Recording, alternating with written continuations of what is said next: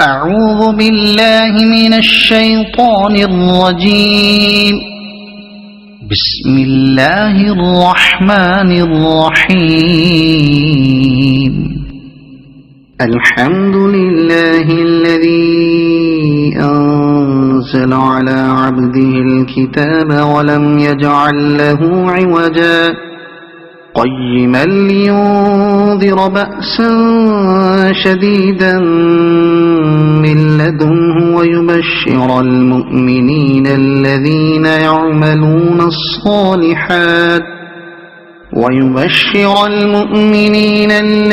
يعملون الصالحات أن لهم أجرا حسنا ماكثين فيه أبدا وينذر الذين قالوا اتخذ الله ولدا ما لهم به من علم ولا لآبائهم كبرت كلمة تخرج من أفواههم إن يقولون إلا كذبا فلعلك باخع نفسك على آثارهم إن لم يؤمنوا بهذا الحديث أسفا إنا جعلنا ما على الأرض زينة لها لنبلوهم أيهم أحسن عملا وإنا لجاعلون ما عليها صعيدا جرزا أم حسبت أن أصحاب الكهف والرقيم كانوا من آياتنا عجبا إذ أوى الفتية إلى الكهف فقالوا ربنا آتنا من لدنك رحمة وهيئ لنا من أمرنا رشدا فضربنا على آذانهم في الكهف سنين عددا ثم بعثناهم لنعلم أي الحزبين أحصى لما لبثوا أمدا نحن نقص عليك نبأهم بالحق إنهم فتية آمنوا بربهم وزدناهم هدى وربطنا على قلوبهم إذ قاموا فقالوا ربنا رب السماوات والأرض لن ندعو من دونه إلها لقد قلنا إذا شططا هؤلاء قومنا اتخذوا من دونه آلهة لولا يأتون عليهم بسلطان بين فمن أظلم ممن افترى على الله كذبا وإذ اعتزلتموهم وما يعبدون إلا الله فأووا إلى الكهف ينشر لكم ربكم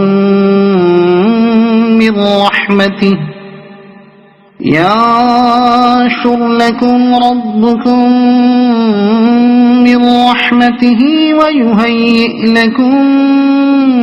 من أمركم مرفقا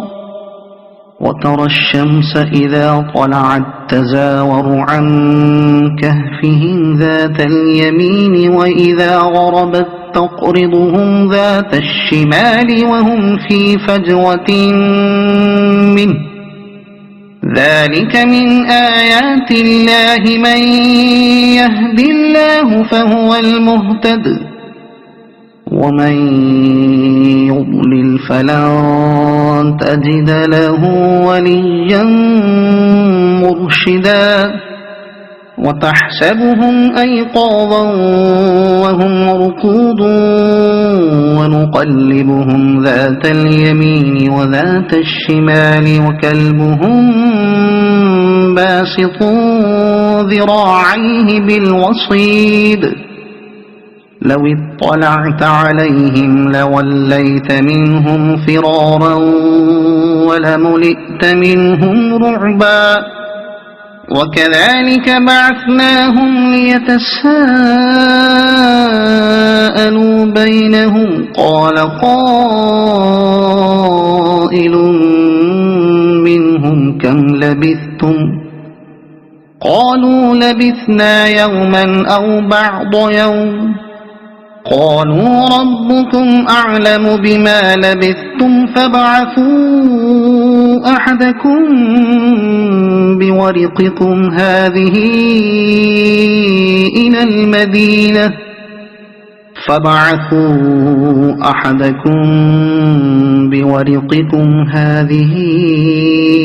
إلى المدينة فلينظر أيها أزكى طعاما فليأتكم برزق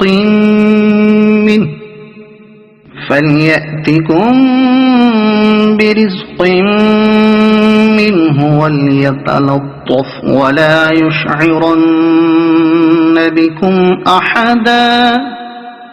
إنهم إن يظهروا عليكم يرجموكم أو يعيدوكم في ملتهم ولن تفلحوا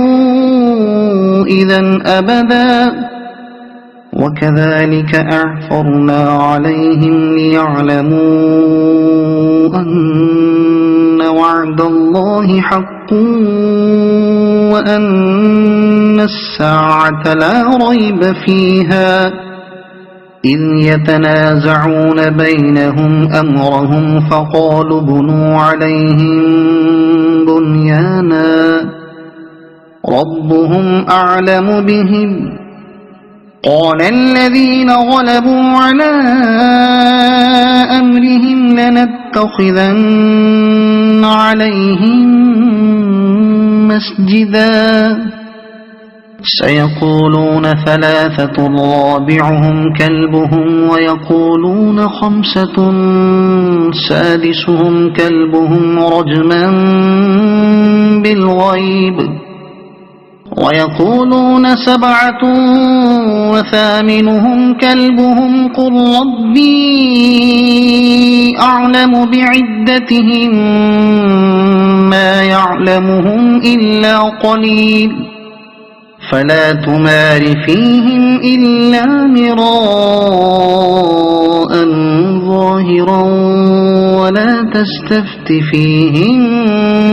منهم أحدا ولا تقولن لشيء إني فاعل ذلك غدا إلا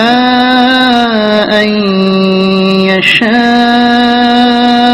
الله واذكر ربك إذا نسيت وقل عسى أن يهديني ربي لأقرب من هذا رشدا ولبثوا في كهفهم 300 سنين وازدادوا 9 قل الله أعلم بما لبثوا له غيب السماوات والأرض أبصر به وأسمع ما لهم من دونه من ولي ولا يشرك في حكمه أحدا واتل ما أوحي إليك من كتاب ربك لا مبدل لكلماته ولن تجد من دونه ملتحدا واصبر نفسك مع الذين يدعون ربهم بالغداة والعشي يريدون وجهه ولا تعد عيناك عنهم تريد زينة الحياة الدنيا ولا تطع من أغفلنا قلبه عن ذكرنا واتبع هواه وكان أمره فرطا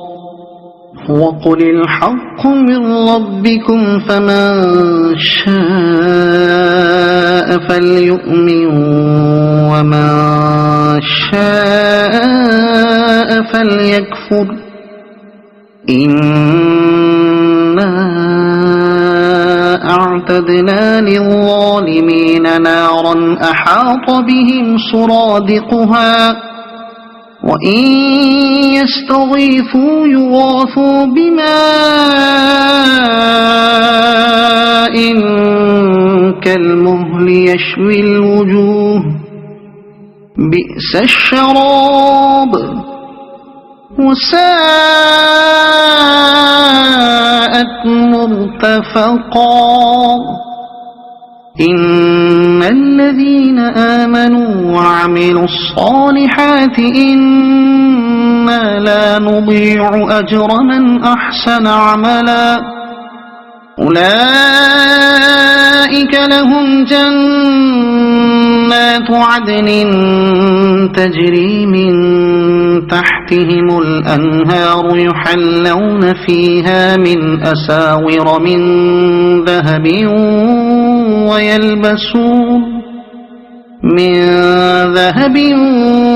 ويلبسون ثيابا خضرا من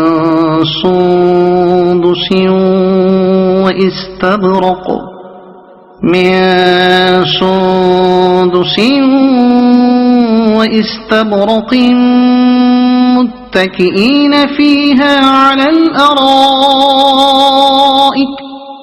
وإستبرق متكئين فيها على الأرائك نعم الثواب وحسنت مرتفقا واضرب لهم مثل الرجلين جعلنا لأحدهما جنتين من أعناب وحففناهما بنخل وجعلنا بينهما زرعا كلتا الجنتين آتت أكلها ولم تظلم منه شيئا وفجرنا خلالهما نهرا وكان له ثمر فقال لصاحبه وهو يحاوره أنا أكثر منك مالا وأعز نفرا ودخل جنته وهو ظالم لنفسه قال ما أظن أن تبيد هذه أبدا وما أظن الساعة قائمة ولئن رددت إلى ربي لأجدن خيرا منها منقلبا قال له صاحبه وهو يحاوره أكفرت بالذي خلقك من تراب ثم من نطفة ثم سواك رجلا لكن هو الله ربي ولا أشرك بربي أحدا ولولا إذ دخلت جنتك قلت ما شاء الله لا قوة إلا بالله إن ترني أنا أقل منك مالا وولدا فعسى ربي أن يؤتيني خيرا من جنتك ويرسل عليها حسبانا من السماء فتصبح صعيدا زلقا أو يصبح ماؤها غورا فلن تستطيع له طلبا وأحيط بثمره فأصبح يقلب كفيه على ما أنفق فيها وهي خاوية على عروشها ويقول يا ليتني لم أشرك بربي أحدا ولم تكن له فئة ينصرونه من دون الله وما كان منتصرا هنالك الولاية لله الحق هو خير ثوابا وخير عقبا واضرب لهم مثل الحياة الدنيا كماء أنزلناه من السماء فاختلط به نبات الأرض فأصبح هشيما تذروه الرياح وكان الله على كل شيء مقتدرا المال والبنون زينة الحياة الدنيا والباقيات الصالحات خير عند ربك ثوابا وخير أملا ويوم نسير الجبال وترى الأرض بارزة وحشرناهم فلم نغادر منهم أحدا وعرضوا على ربك صفا لقد جئتمونا كما خلقناكم أول مرة بل زعمتم أن لن نجعل لكم موعدا ووضع الكتاب فترى المجرمين مشفقين مما فيه ويقولون يا ويلتنا ما لهذا الكتاب لا يغادر صغيرة ولا كبيرة إلا أحصاها ووجدوا ما عملوا حاضرا ولا يظلم ربك أحدا وإذ قلنا للملائكة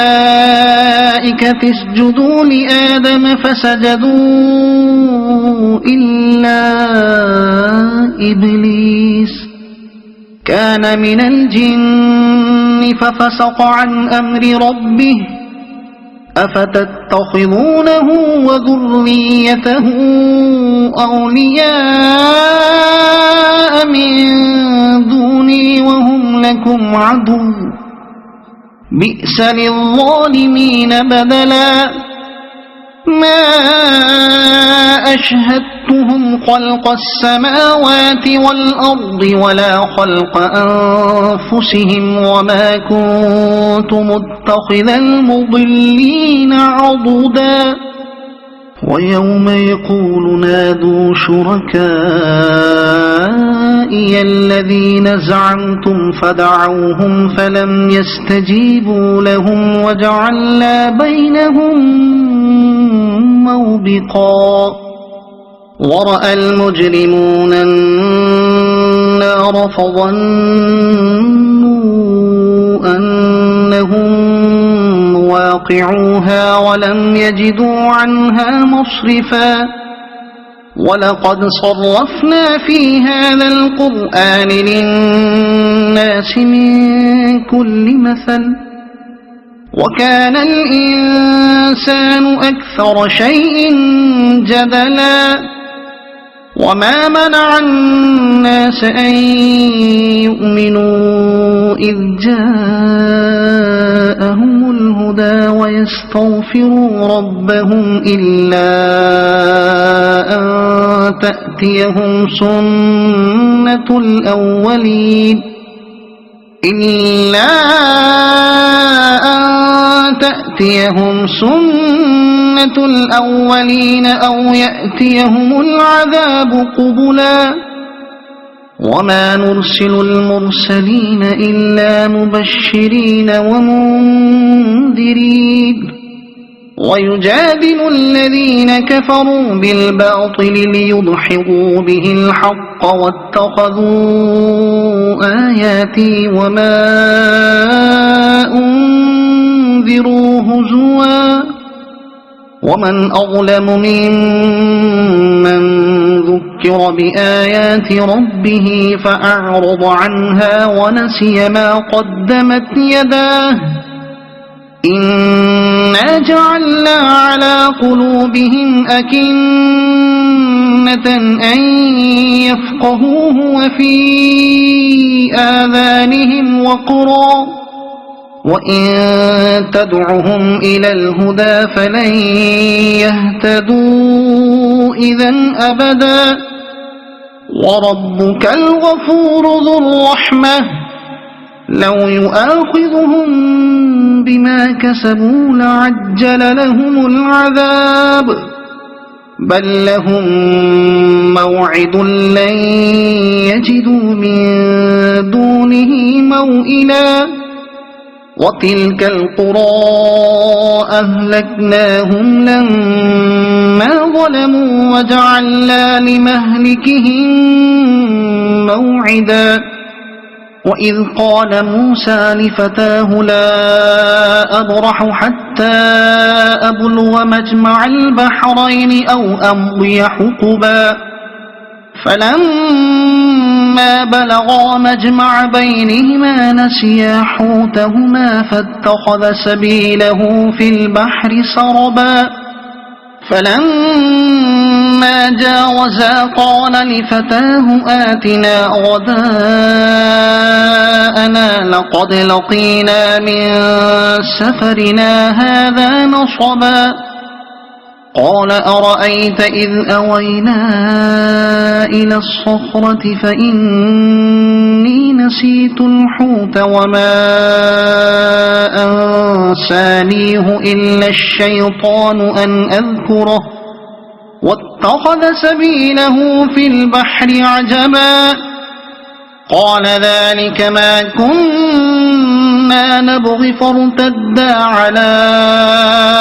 آثارهما قصصا فوجدا عبدا من عبادنا آتيناه رحمة من عندنا وعلمناه من لدنا علما قال له موسى هل أتبعك على أن تعلمني مما علمت رشدا قال إنك لن تستطيع معي صبرا وكيف تصبر على ما لم تحط به خبرا قال ستجدني إن شاء الله صابرا ولا أعصي لك أمرا قال فإن اتبعتني فلا تسألني عن شيء حتى أحدث لك منه ذكرا فانطلقا حتى إذا ركبا في السفينة خرقها قال أخرقتها لتغرق أهلها لقد جئت شيئا إمرا قال ألم أقل إنك لن تستطيع معي صبرا قال لا تؤاخذني بما نسيت ولا ترهقني من أمري عسرا فانطلقا حتى إذا لقيا غلاما فقتله قال أقتلت نفسا زكية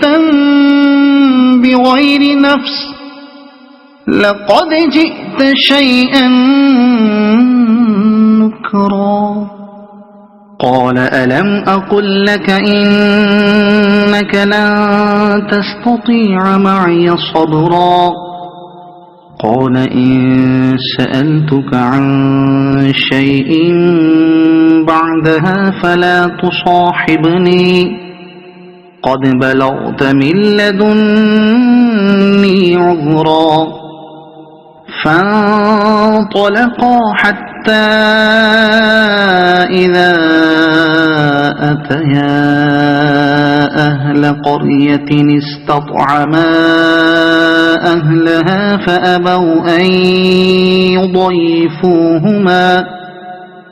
فأبوا أن يضيفوهما فوجدا فيها جدارا يريد أن ينقض فأقامه قال لو شئت لاتخذت عليه أجرا قال هذا فراق بيني وبينك سأنبئك بتأويل ما لم تستطع عليه صبرا أما السفينة فكانت لمساكين يعملون في البحر فأردت أن أعيبها وكان وراءهم ملك يأخذ كل سفينة غصبا وأما الغلام فكان أبواه مؤمنين فخشينا أن يرهقهما طغيانا وكفرا فأردنا أن يبدلهما ربهما خيرا منه زكاة وأقرب رحما وأما الجدار فكان لغلامين يتيمين في المدينة وكان تحته كنز لهما وكان أبوهما صالحا فأراد ربك أن يبلغا أشدهما ويستخرجا كنزهما رحمة من ربك وما فعلته عن أمري ذلك تأويل ما لم تسطع عليه صبرا ويسألونك عن ذي القرنين قل سأتلو عليكم منه ذكرا إنا مكنا له في الأرض وآتيناه من كل شيء سببا فأتبع سببا إنا مكنا له في الأرض وآتيناه من كل شيء سببا فأتبع سببا حتى إذا بلغ مغرب الشمس وجدها تغرب في عين حمئة ووجد عندها قوما قلنا يا ذا القرنين إما أن تعذب وإما أن تتخذ فيهم حسنا قال أما من ظلم فسوف نعذبه ثم يرد إلى ربه فيعذبه عذابا نكرا وأما من آمن وعمل صالحا فله جزاء الحسنى وسنقول له من أمرنا يسرا ثم أتبع سببا حتى إذا بلغ مطلع الشمس وجدها تطلع على قوم لم نجعل لهم من دونها سترا كذلك وقد أحطنا بما لديه خبرا ثم أتبع سببا حتى إذا بلغ بين السدين وجد من دونهما قوما لا يكادون يفقهون قولا قالوا يا ذا القرنين إن يأجوج ومأجوج مفسدون في الأرض فهل نجعل لك خرجا على أن تجعل بيننا وبينهم سدا قال ما مكني فيه ربي خير فأعينوني بقوة أجعل بينكم وبينهم ردما آتوني زبر الحديد حتى إذا ساوى بين الصدفين قال انفخوا حتى إذا جعله نارا قال آتوني أفرغ عليه قطرا فما استطاعوا أن يظهروه وما استطاعوا له نقبا قال هذا رحمة من ربي فإذا جاء وعد ربي جعله دكاء وكان وعد ربي حقا وتركنا بعضهم يومئذ يموج في بعض ونفخ في الصور فجمعناهم جمعا وعرضنا جهنم يومئذ للكافرين عرضا الذين كانت أعينهم في غطاء عن ذكري وكانوا لا يستطيعون سمعا أفحسب الذين كفروا أن يتخذوا عبادي من دوني أولياء إنا أعتدنا جهنم للكافرين نزلا قل هل ننبئكم بالأخسرين أعمالا الذين ضل سعيهم في الحياة الدنيا وهم يحسبون أنهم يحسنون صنعا أولئك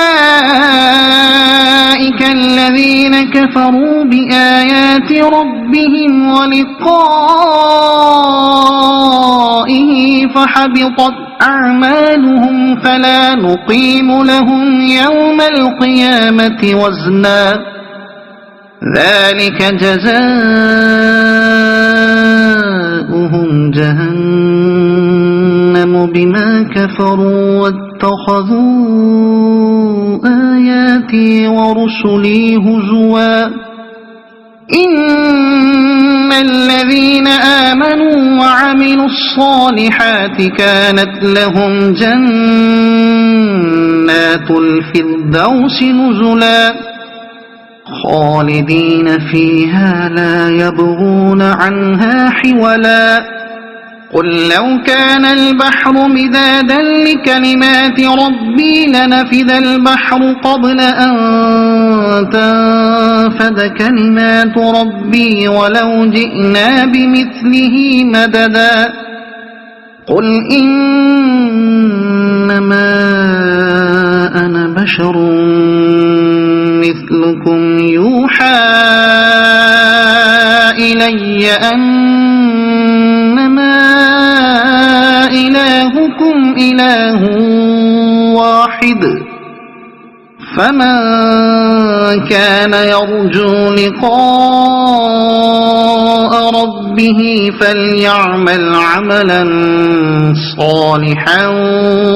ولا يشرك بعبادة ربه أحدا. صدق الله العظيم.